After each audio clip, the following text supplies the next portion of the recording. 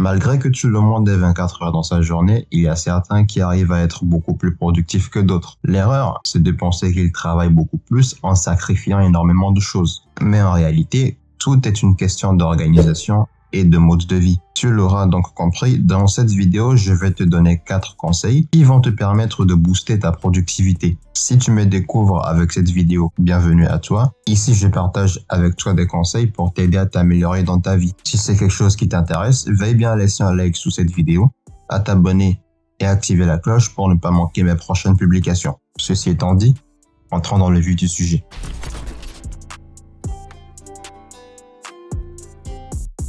On nous a souvent appris à travailler par bloc d'heures, c'est-à-dire qu'on a un emploi du temps où c'est marqué que de telle heure à telle heure, on a tel travail à faire. Cependant, ce mode de fonctionnement n'est pas naturel parce que nous ne sommes pas des machines. C'est un schéma qui nous a été inculqué par le système éducatif et qu'on a transposé dans notre vie par habitude. Au lieu de fonctionner de la sorte, organise-toi plutôt par objectif. Prenons comme exemple le cas où je dois publier une vidéo le mardi. Je sais qu'il y a le script à écrire, la vidéo à enregistrer, le montage et la miniature. Au lieu de me dire que dimanche de 10h à 14h, je travaille sur le script, puis j'enregistre à 18h et ensuite 15h lundi faire le montage, je me dis plutôt que mon script doit être fini dimanche pour que je commence à enregistrer lundi à 8h. La différence avec une organisation machinale, c'est que je suis plus flexible et moins stressé. Même chose pour le montage, je sais que je dois faire les cuts et mettre la musique de fond avant mardi. Ensuite mardi, je finis la deuxième partie du montage en mettant les images et les vidéos d'illustration. Puis la vidéo est prête pour être publiée l'après-midi.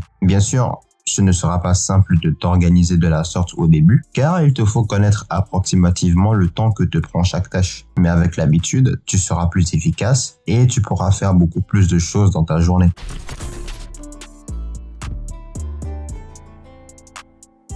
S'il y a un seul conseil que tu devrais retenir de cette vidéo, c'est celui-ci. Se réveiller tôt. Et par se réveiller tôt, je dis avant 6 ou 7 heures. Te réveiller tôt, ça te permet de bien commencer ta journée car c'est le seul moment où tu n'as aucune chance d'être distrait. Tout simplement parce que les autres sont toujours en train de dormir. Tu as donc le temps de prendre ta douche, de prendre ton petit déjeuner, de faire du sport ou de méditer comme si tu étais seul au monde. Et honnêtement, il n'y a pas meilleure sensation. Tôt le matin, c'est le moment de ta journée aussi où tu dois faire les tâches les plus importantes. Plus la journée avance, plus on est épuisé mentalement, car on a passé son temps à réfléchir à toutes sortes de choses. En faisant les tâches les plus importantes tôt le matin, non seulement tu es sûr d'avoir l'énergie nécessaire pour accomplir ces tâches, mais aussi le reste de ta journée sera dégagé et moins stressante. Personnellement, je finis tout ce que j'ai d'important à faire avant 13h. J'ai donc le reste de ma journée pour faire tout et n'importe quoi. Jouer, lire, suivre une formation ou travailler sur des projets.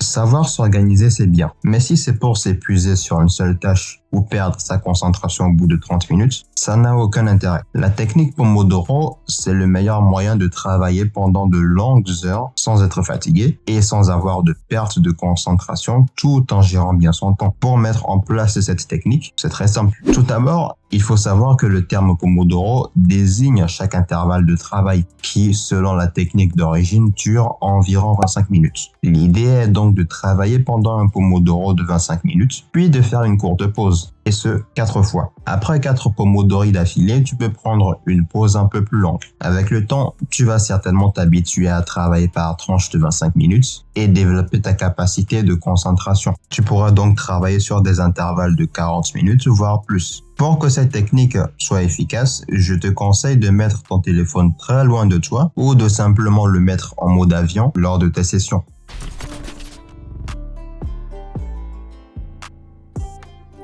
Si tu veux connaître le nombre d'heures que tu perds inutilement chaque jour, il te suffit de regarder dans les paramètres de ton téléphone. Et généralement, les gens sont exposés à leurs écrans entre 8 et 10 heures. Et tout ça à cause des réseaux sociaux. Maintenant, imaginons juste que tu consacres 20% de ce temps à des activités plus importantes, comme lire, travailler sur un projet, méditer ou faire du sport. Pour le coup, tu me diras que c'est extrêmement court comme temps et que ça n'aura aucun impact sur toi. Mais dire ça, c'est sous-estimer le pouvoir de l'effet cumulé. L'effet cumulé, comme son nom l'indique, c'est le phénomène où une accumulation de petites choses font une grosse différence dans ta vie. Ces 20% que j'ai pris comme exemple sur les 8 heures, elles représentent environ 1h30. Si tu te mets à lire 1h30 par jour, ça te fait 45 pages. Et pour ça, je me base sur le temps moyen de lecture d'une personne lambda, qui est d'une page toutes les 2 minutes. Oui, c'est assez long, mais c'est suffisant pour qu'en une semaine, tu aies lu 315 pages. Donc autant te dire qu'à ce rythme, tu as largement la capacité de lire un livre par semaine, 5 par mois, et près d'une cinquantaine par an. Bien sûr, c'est une caricature. En pratique, ça ne se passe jamais de cette façon. Mais au moins en étant discipliné, tu es sûr que tu liras plus que la plupart des gens dans cette société. Et ça ne concerne pas seulement la lecture. Applique ce conseil à tout ce que tu as envie d'accomplir dans la vie. Si tu es toujours là, merci de m'avoir écouté jusqu'au bout. Moi, je te dis à la prochaine dans une nouvelle vidéo.